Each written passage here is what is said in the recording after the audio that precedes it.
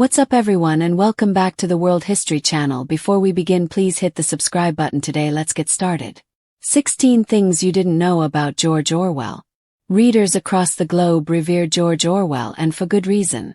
He wrote some of the most important books of the 20th century, including Animal Farm in 1984. He had a knack for identifying the ways governments overreached, and the term Orwellian was invented in honor of his writing. But beyond the writing, who was George Orwell? This quick George Orwell biography gives some pretty surprising insights into the personal life of the amazing writer and thinker. For example, he changed his name and just wrote under the name George Orwell. Check out these George Orwell facts to learn all the fascinating and strange details of his extraordinary life. He wrote under a pen name. Just to clear things up right away, George Orwell isn't actually George Orwell. Eric Blair just used George Orwell as his pen name. After returning from Ipswich, through which the Orwell River runs, he told a friend that he was going to call myself George Orwell, because it's a good round English name. He was born in India.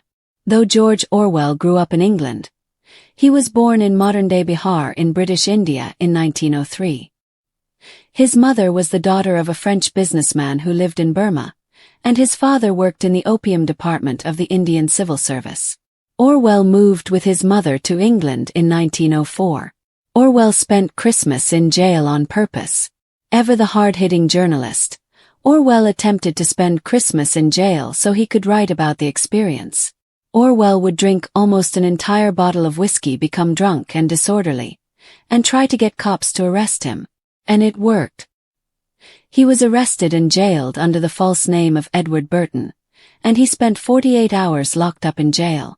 He joined the Imperial Police. After graduating from Eton, Orwell joined the British Imperial Police in India. While he did not know at all what was required for candidates for the India Police, he was accepted and served in Burma. He fought in the Spanish Civil War. Orwell came to Barcelona in 1936 to fight with the left-wing Republicans in the Spanish Civil War. He wanted to topple a totalitarian regime because, of course, Orwell wanted to topple a totalitarian regime. Orwell later admitted that he had no idea what he was getting into, but he got the intense experience he was looking for in his fight for revolution. Eliot rejected Animal Farm. Though it has become one of Orwell's most famous works, Animal Farm was rejected from many publishers before Secker and Warburg agreed to publish the now classic story. The modernist poet and essayist T.S. Eliot actually sent Orwell a rejection letter.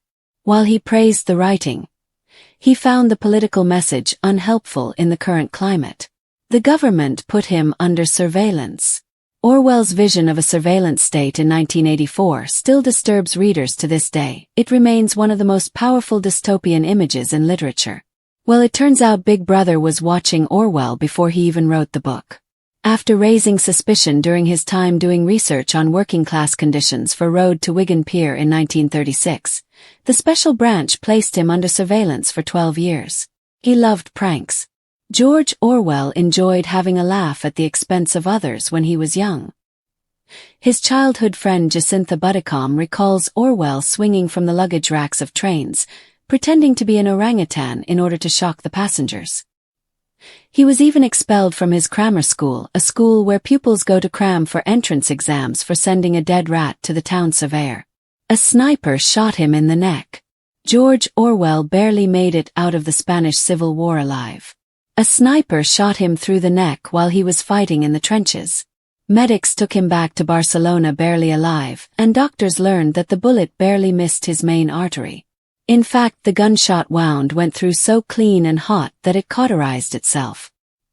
He had quite the falling out with H.G. Wells. While the famed science fiction writer H.G. Wells had his talents, diplomacy wasn't one of them. After kicking Orwell out of his flat out of paranoid suspicion that Orwell was gossiping about him, he agreed to come to dinner at George's to patch things up. Once he arrived, he ate 2 servings of curry and plum cake, then went home and wrote Orwell a strange letter. You knew I was ill and on a diet. You deliberately plied me with food and drink. I never want to see you again. He was a man of his word, and Orwell did not hear from him again. He had a natural sense of curiosity. Orwell was fascinated by natural science and performed some pretty strange experiments as a young boy. He attempted to cook a hedgehog in his friend Jacintha's kitchen, angering both her and the cook. The cook did not last much longer, as she quit once Orwell caused an explosion in the same kitchen. He recovered his books from the rubble of his destroyed home. A V-1 flying bomb destroyed the Orwell's home in 1944, along with Orwell's books and manuscripts. He visited the house every day at lunch, determined to save his books. He gathered them in a wheelbarrow until he had saved everything he could. He wrote an essay on the right way to make tea. Orwell wrote about hard-hitting stuff: totalitarianism, socialism, war, working-class conditions, and tea. His essay A Nice Cup of Tea describes in detail the horrors of a tea made with too much milk or an improper boil. How very British of him. He adopted a son. In 1944, George Orwell and his wife Eileen adopted a son who they named Richard. Eileen died suddenly during a hysterectomy surgery in 1945, and Orwell remained committed to his adopted son. Orwell loved Richard and Richard adored his new father, and such genuine warmth on both sides was far more important than any little instances of Orwell's inexperience of details of baby care. He may have been on the autism spectrum. Professor Fitzgerald of Trinity College, Dublin, has posited a theory that many artistic geniuses suffer from Asperger's syndrome. He names George Orwell as one of those geniuses, saying that Orwell displayed the social impairment, narrow focus, repetitive behavior, and clumsiness typical of the syndrome. He died young. Though George Orwell lived a very eventful life, he died tragically young. An artery burst in his lung in 1950, and he died at age 46. The malady was brought on by tuberculosis. Orwell had suffered from ill health for most of his life and spent the last years of his life in and out of hospitals. Readers across the globe revere George Orwell, and for good reason. He penned some of the most influential books of the 20th century, including Animal Farm in 1984, works so eerily prophetic that the term Orwellian has become shorthand for dystopian overreach and authoritarianism. But who was the man behind the metaphorical telescreen? Orwell's political insights were razor-sharp, but his personal life was just as layered, complicated, and full of fascinating quirks as the worlds he created. For starters, George Orwell wasn't even his real name. He was born Eric Arthur Blair in 1903, thousands of miles away from England, in the Indian town of Motihari in what is now the state of Bihar. His father, a British civil servant in the opium department, yes, you read that right, was stationed there as part of the British Raj, and Orwell didn't actually move to England until he was 1 year old, along with his mother. The name George Orwell came much later. After a stint in Burma, some political awakenings, and a growing literary ambition, Blair adopted the pseudonym based on the River Orwell in Suffolk, saying it sounded like a solid, round English name. And so, George Orwell was born, at least on paper. But behind the name was a deeply curious, fiercely principled, and often eccentric man. He once got himself arrested on purpose just to see what it was like. During the winter of 1931, Orwell drank nearly an entire bottle of whiskey, acted drunk and disorderly on the streets of London, and baited police into arresting him, under the false name of Edward Burton, so he could experience life behind bars firsthand and later write about it. He spent Christmas in jail and documented the ordeal in a style that blurred the line between gonzo journalism and social commentary. This wasn't his first brush with the grittier side of life. After finishing his education at Eton, a school he both cherished and loathed, he joined the Indian Imperial Police in Burma. Although he had no clue what the requirements were for the job, he was accepted and shipped off to serve. The experience of enforcing imperial rule deeply disturbed him and contributed to his lifelong opposition to authoritarianism and colonialism. His disillusionment only grew, and after 5 years, he resigned and returned to England to pursue writing full-time. But Orwell didn't just write about oppression from a distance. He put his life on the line to fight it. In 1936, he traveled to Spain to fight in the Spanish Civil War alongside the left-wing Republicans battling against Franco's fascist regime. Orwell believed it was his duty to combat totalitarianism in all its forms, and though he admitted he didn't fully understand the complexities of the conflict at the time, He threw himself into the trenches with almost reckless idealism. His time in Spain nearly cost him his life. He was shot through the neck by a sniper, and miraculously survived. The bullet cauterized the wound as it passed through, missing his artery by a fraction of an inch. That brush with death didn't slow him down much. Orwell returned to England, shaken but more convinced than ever that writing was his battlefield. He poured those convictions into his books, especially Animal Farm, a political allegory wrapped in a fable, which harshly criticized the Soviet regime. Despite its brilliance, Animal Farm was rejected by multiple publishers, including the literary giant T.S. Eliot. In a polite but telling rejection letter, Eliot said the writing was excellent, but the message was politically unhelpful at the time, given the delicate wartime alliance between Britain and the Soviet Union. But the book eventually found a home and exploded in popularity, cementing Orwell's reputation as one of the most fearless and incisive political writers of his time. Ironically, the man who so vividly imagined an all-seeing state in 1984 was himself watched by the British government. The special branch began surveilling Orwell in 1936, suspicious of his activities while researching the working class in northern England for the road to Wigan Pier. The surveillance continued for 12 years.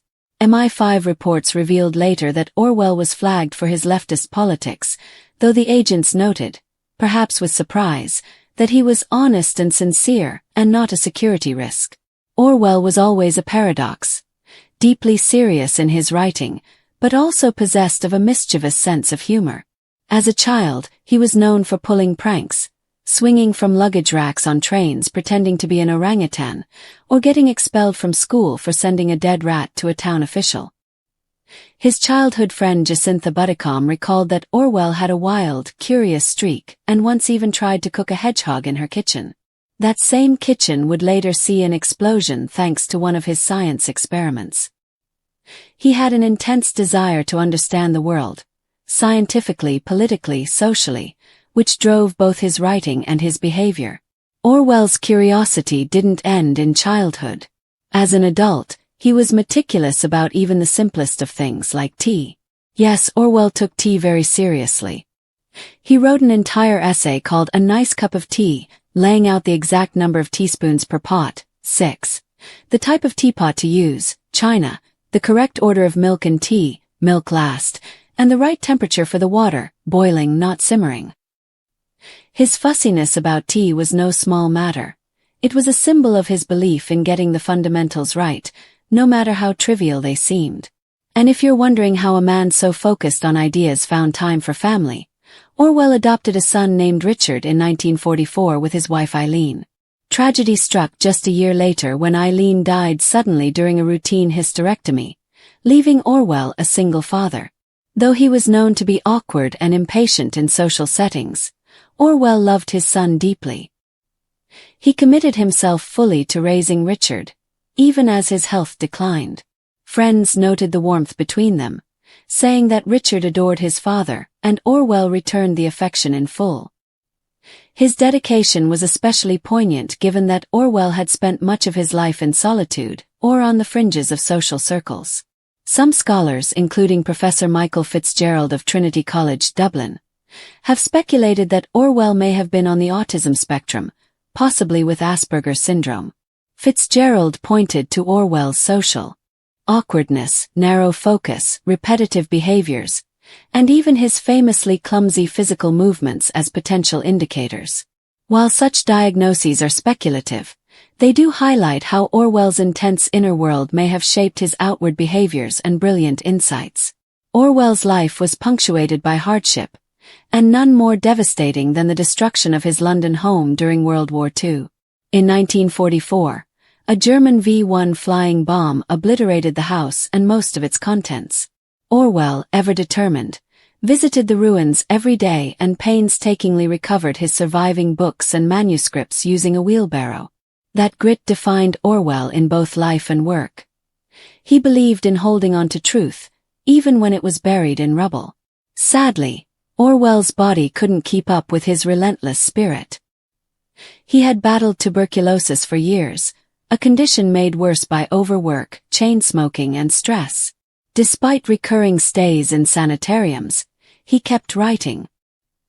He finished 1984 while gravely ill, typing from his bed with an oxygen tank nearby. The book was published in 1949 to international acclaim, but Orwell never lived to see its full impact. In January 1950, just 7 months after its release, an artery burst in his lungs, and he died at the age of 46. His death was a profound loss to literature and political thought, but the legacy he left behind, his warnings, insights, and stubborn commitment to truth, still resonate today. George Orwell wasn't just a man with a pen name and a talent for metaphor. He was a war veteran, a prankster, a jailbird, a father, a critic of empires and ideologies, and a man who genuinely tried to live by the convictions he wrote about. From his early days in India to the bombed-out ruins of London, from battlefield trenches in Spain to petty squabbles with H.G. Wells, who once accused Orwell of deliberately sabotaging his diet by feeding him curry, Orwell's life was anything but ordinary. Whether he was feuding with famous authors or penning essays about the perfect cup of tea, Orwell never did anything halfway. He sought truth in all its discomfort and ugliness, and delivered it to the world in prose that still shakes readers decades after his death.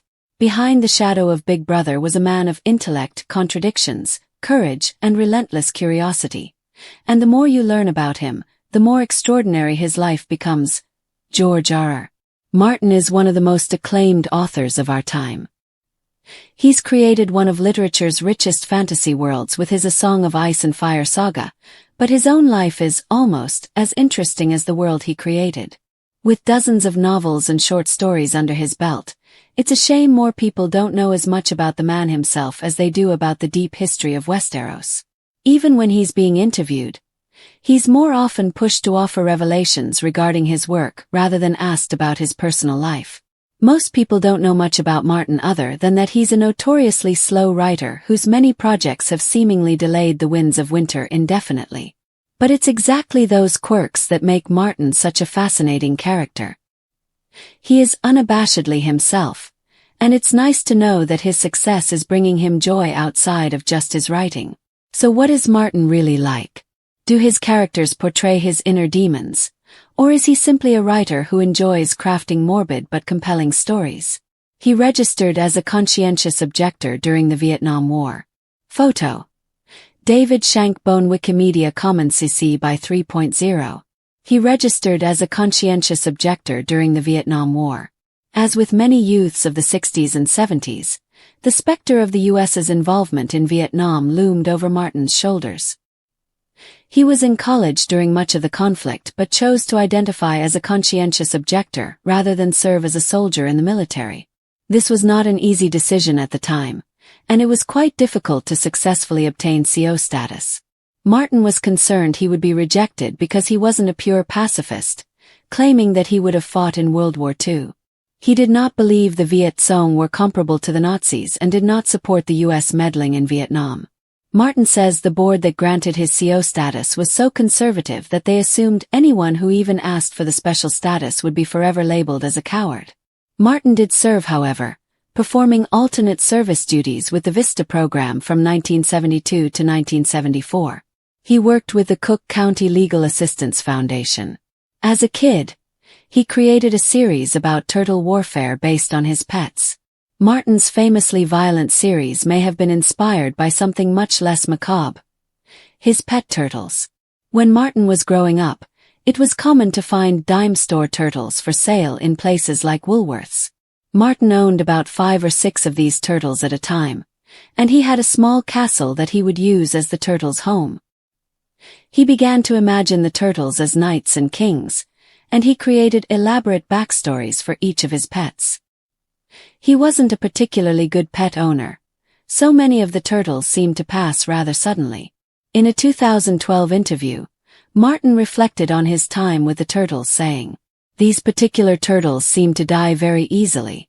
I don't think it was really a very good environment for them. Sometimes they would escape and you would find them under the refrigerator a month later. So my turtles kept dying, which was very distressing, but it also made me think, why are they dying? Well, they are killing each other in sinister plots. I started writing this fantasy about who was killing who, and the wars for succession. So Game of Thrones originally began with turtles, I think. He studied and taught journalism. Photo. Mad Cover Boy Wikimedia Commons CC by SA 3.0. He studied and taught journalism. Writing has always been part of Martin's professional life, even when he was a student at Northwestern University in Illinois. He actually didn't focus on fiction writing in school. Instead, he got his BS in journalism in 1970. The next year, he completed an MS in journalism at the same school. He went on to teach journalism at Clark College in Iowa from 1976 to 1978. Martin left his work at Clark College to pursue his dream of being a full-time writer. He has been writing stories since was a child. Photo. Gage Skidmore Wikimedia Commons CC 2.0. He has been writing stories since was a child. A lot of authors don't find success until well into adulthood, but Martin was selling copies of his stories when he was just a kid. Sure, his audience was also a bunch of kids, but the entrepreneurship and masterful storytelling were already visible at a young age. A young Martin wrote and sold monster stories to the other children in the neighborhood for pennies apiece. He also offered dramatic readings to kids brave enough to hear the story straight from the source, and was particularly talented at imitating a wolf's howl. Martin's writing was so powerful that one of the kids he sold to ended up having recurring nightmares. After the child's mother talked to Martin's mom about the nightmares, Martin had to give up his side hustle. He worked in Hollywood long before Game of Thrones. Photo. Game of Thrones /HBO. He worked in Hollywood long before Game of Thrones. Martin is probably best known for his literary work, but he's had a long career in Hollywood as well. He's written episodes of HBO's Game of Thrones.